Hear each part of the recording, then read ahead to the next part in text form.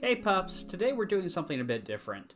We're going to be taking a pause, see what I did there, from our Satisfactory Let's Play series to talk about another favorite game of mine, City Skylines.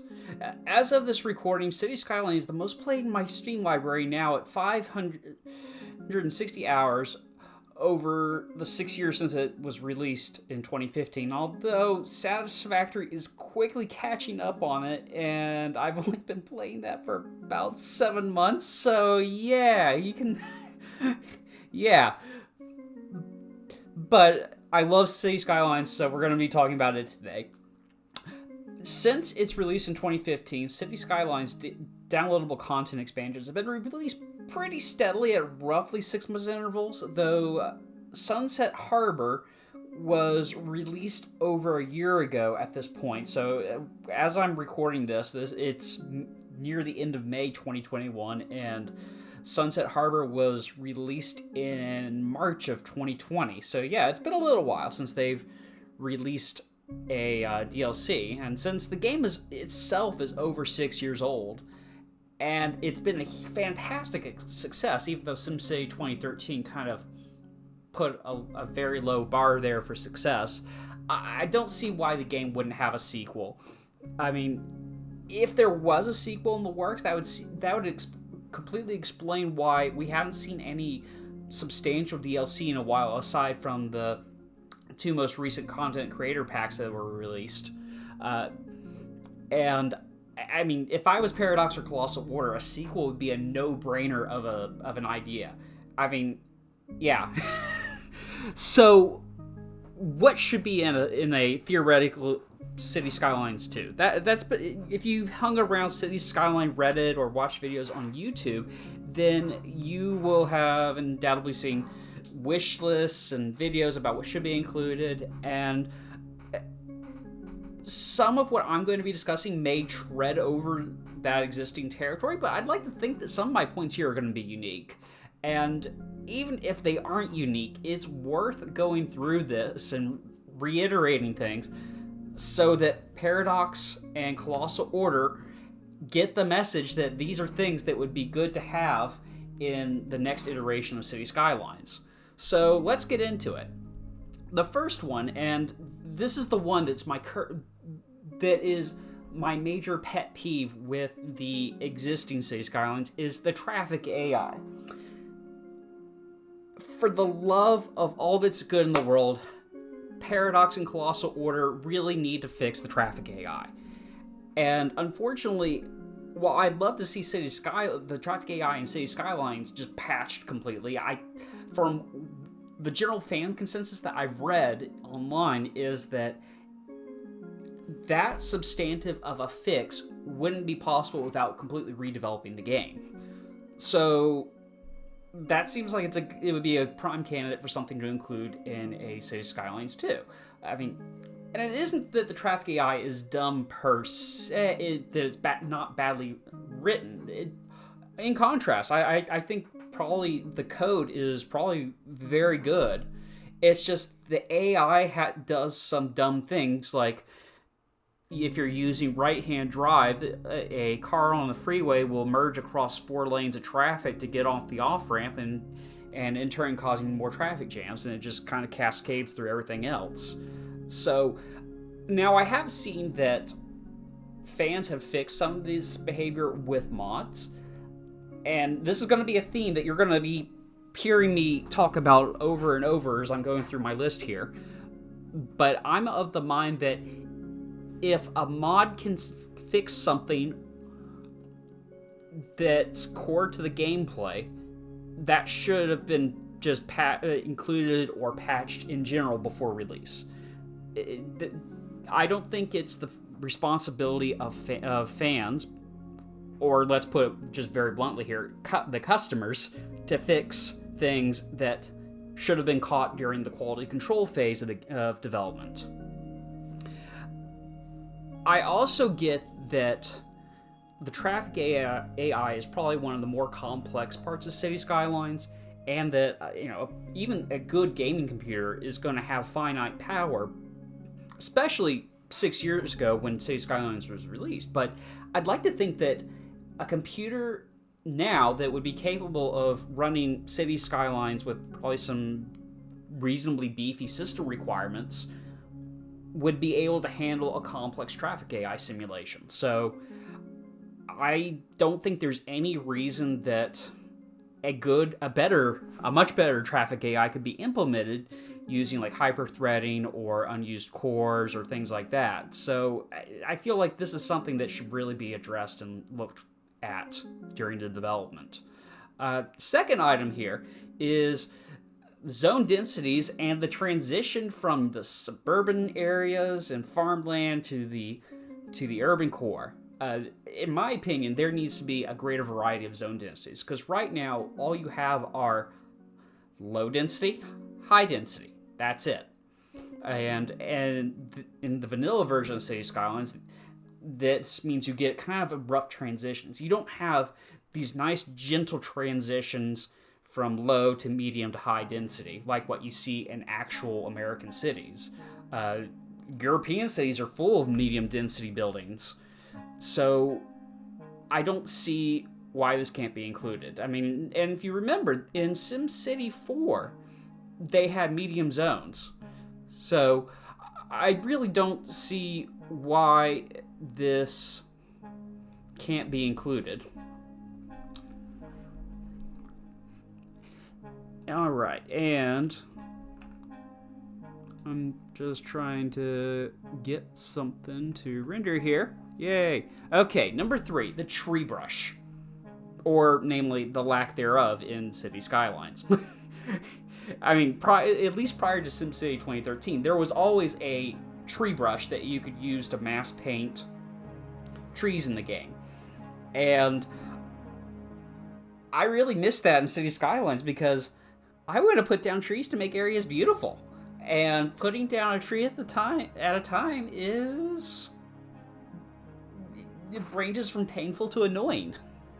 Or from annoying to painful, rather. I'm sure there's a mod out there which adds it, but again, I go back to what I just mentioned about the traffic AI. A mod shouldn't have to fix what should have been included from the first place, especially if there's precedent with other competing software programs. Alright, so, number 4, a map editor / terrain editor. So, I would love it if map creation was overhauled quite a bit. I don't really make maps for myself in City Skylines, just for the sole reason that I feel like the included editor is not very user-friendly, or not as user-friendly as it could potentially be. If I want maps, I usually either buy an expansion or I go to the workshop.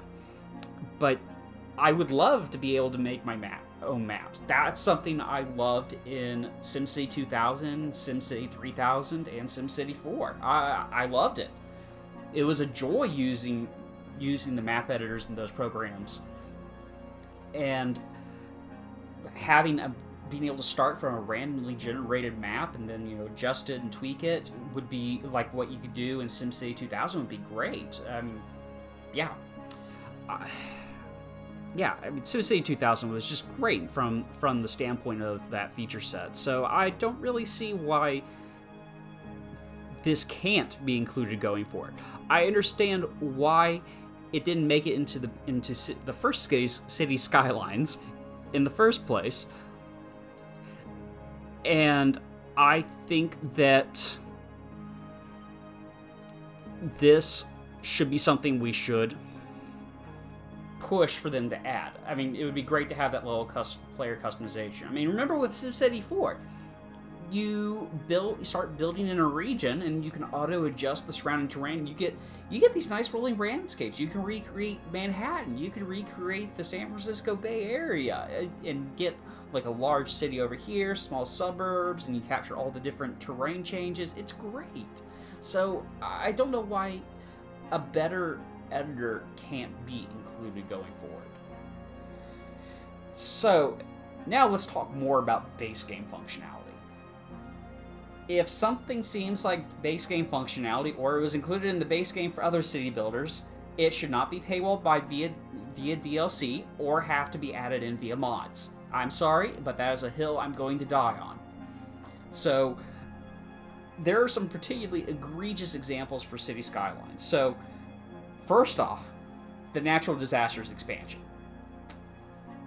I don't understand why it took a year and a half for disasters other than random fires to be added to the game.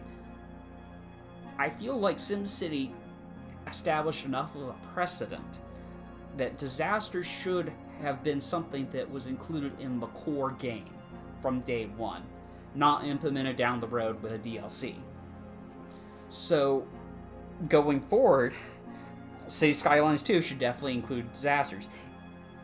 I don't mind if it's not like a full dozen disasters, but as long as we get more than just like a random fire or some occasional flooding, I would like that. I mean, what all did the SimCity 2000 base game have? It had, you could crash, if you clicked on it enough, you could crash an airplane, which I think was more of an Easter egg than anything else, but that would cause fires. Then you had create firestorms. If you cheated, you could cause a volcano to erupt. You got tornadoes, hurricanes, earthquakes. You had all this stuff included. The monster attack. You had all this stuff included from the get-go, but we had to wait for an expansion pack to be able to get that. So I feel like that's core functionality that should be there on day one.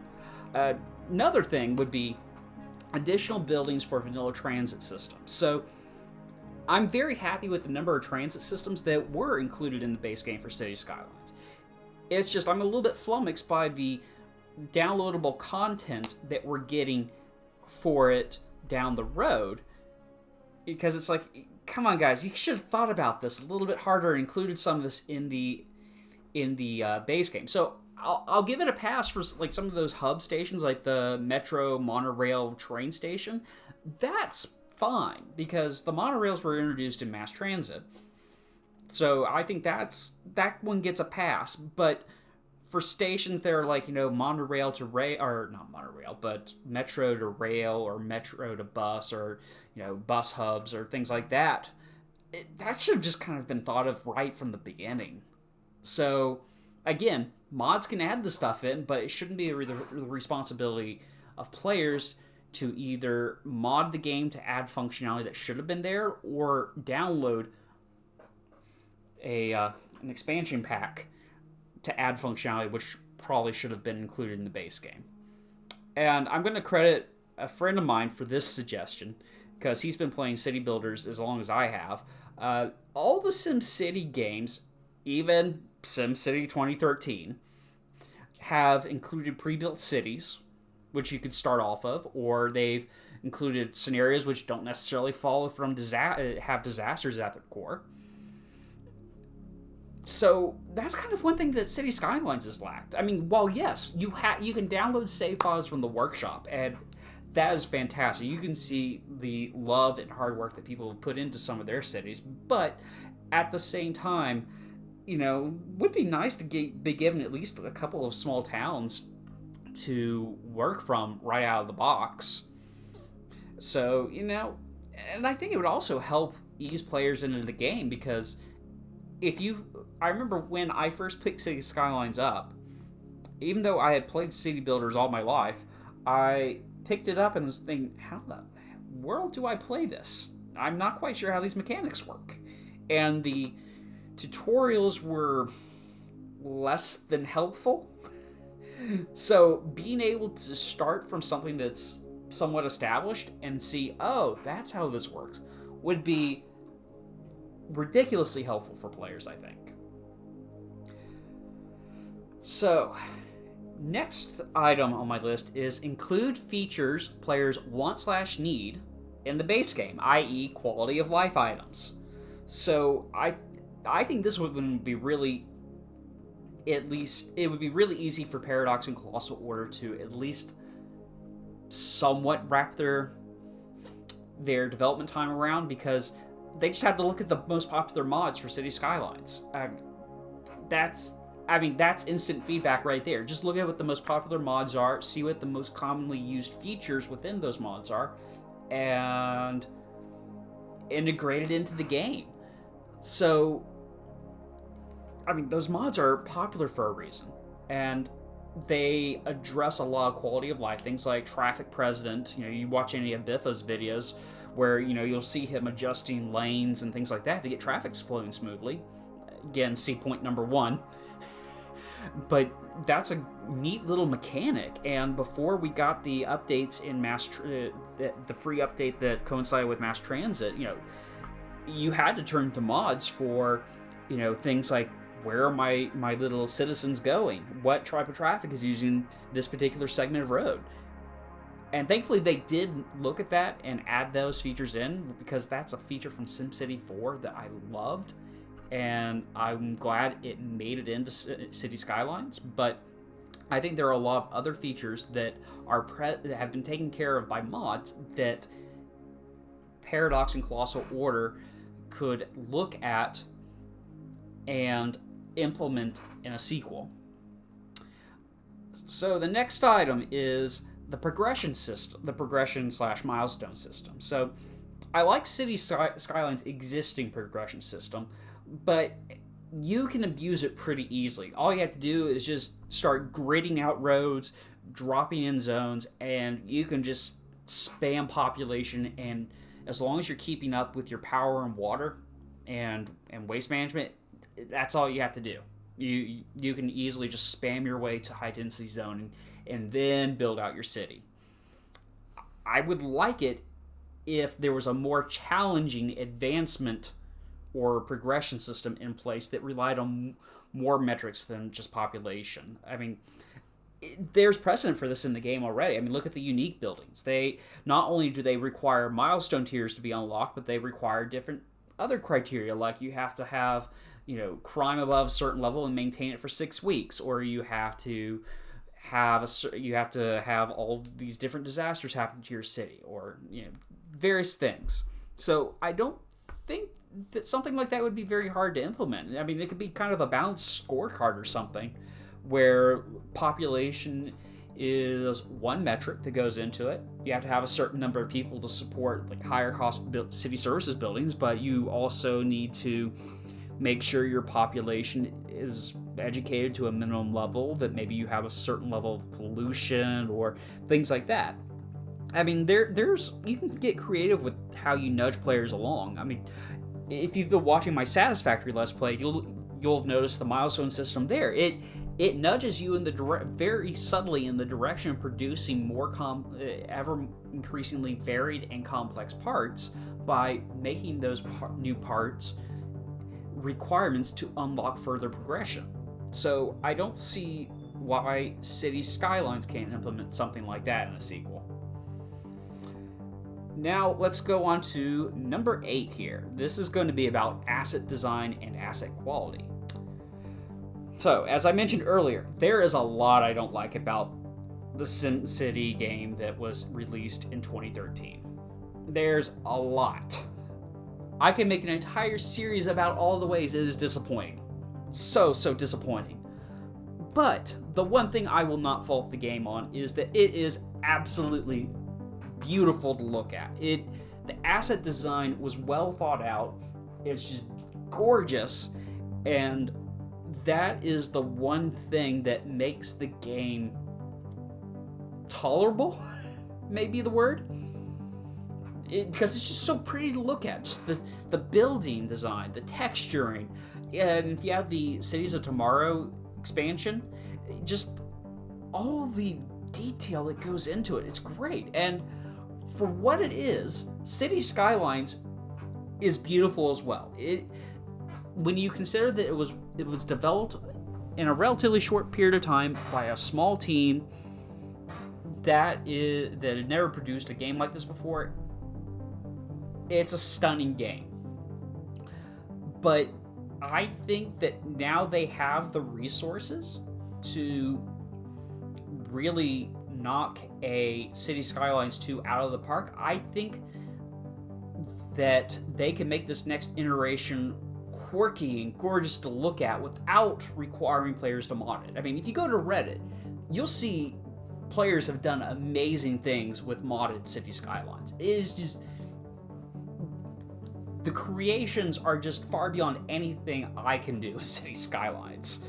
And I would love to see it if a City Skylines 2 had that level of visual detail. I mean, to put it more succinctly, vanilla City Skylines should be stunning. Out of the box. It should just look beautiful, and it should just be a really immersive and beautiful experience. A player, once you get to a certain point in your city, should just be drawn into it and just spend like 15 minutes just looking at it and watching the animations. So, not to say that the game doesn't have an aura of that right now. It's just, it does kind of get old a little bit. So, yeah. Alright, number 9. And this is going to be a little bit weird. I'm sure probably not a lot of people have put thought into this, but I have, because my budget ticks me off. So, I have an issue with how City Skylines currently handles freight rail economics. And what I mean by that is freight rail, which moves cargo from point to point on a rail network, whether that's within the city or moving it from in the city to outside connections or from outside connections into the city. It's just a cost sink now. You put down a freight rail station and associated track, it just costs money. And it hurts even worse if you try to intentionally separate your freight rail lines from your passenger rail lines. That's just going to cost you even more money. But that's not how it works in the real world. The companies that own these freight lines and these freight handling stations, they make money off it. Even if they're municipally owned, they make money off cargo being on those routes. Even if they're not consuming the cargo, they are making money from that cargo traveling over that line. And it's not entirely unprecedented in City Skylines either. I mean, we have rail passengers, those generate income, so I don't see why it wouldn't be hard to implement a revenue stream from freight cargo. I mean, it'd certainly go a long way towards offsetting the cost of freight rail. I mean, you look at, if you build it now in the game, all it's going to do is just drag down the profitability statistics for the rail component of your mass transit. So, if they're aiming to make a City Skylines 2 more realistic and more reflective of the real world, then I think that's something that should be added into the next iteration. And I'm going to come to my last point here. And there's a particular reason I've made this my last point, because I consider this more of a like-to-have feature than the game must have this feature like the other items in the list. And that's going to be region play. I'm not talking about the region play that SimCity 2013 tried to implement. No. I do not want to play my city builder with anybody else. I don't want other people wrecking my creations. Sorry, but I'm a little possessive. But rather, I'm talking about a region play system similar to SimCity 4. I mean, it's... While I've been playing SimCities, or city simulators, if I can get that out of my mouth actually, city simulators for most of my life, and I spent a lot of my teenage and adult years with SimCity 4, one of the parts I really enjoyed was building regions. I mean, it's great. I mean, with how SimCity 4 implemented it, it's kind of astonishing that it was done as well as it was back in 2003. So I love building these regions and being able to sculpt that transition from small farming town or suburb to the big city, and those filler cities in between big cities rather. I mean, it's great. And SimCity 2013 kind of did an job with its implementation, but I'll give it credit for trying at least. I mean, B for effort. Can a City Skylines 2 be a great game without region play? Absolutely. No, I don't have any qualms about it not being a great game without region play. caveat is if everything else is implemented correctly. I mean, City Skylines doesn't need region play. They give you even if you're playing without mods, you still get a gigantic map to work on. And it just lets you do a lot of stuff. But could region play add a lot to a City Skylines 2? Absolutely. It would add some strategic depth and complexity that I think would really keep the player base engaged. Not to say that a City Skylines 2 without that wouldn't engage the player base, but I think it would be something that would be a little extra, as the kids say, and just really make the game pop. So yeah. Well, yeah, that's my list, pups, and those are my thoughts on the features that I think should be included in the next City Skylines. I mean, I'm hopeful it won't end up a mess like the last SimCity did. I'm sure it won't. Maybe. But I would love to hear in the comments what all you would want in the next City Skylines game.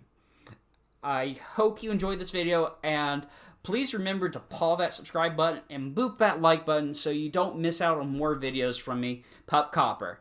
So I'll see you pups later. Arroo!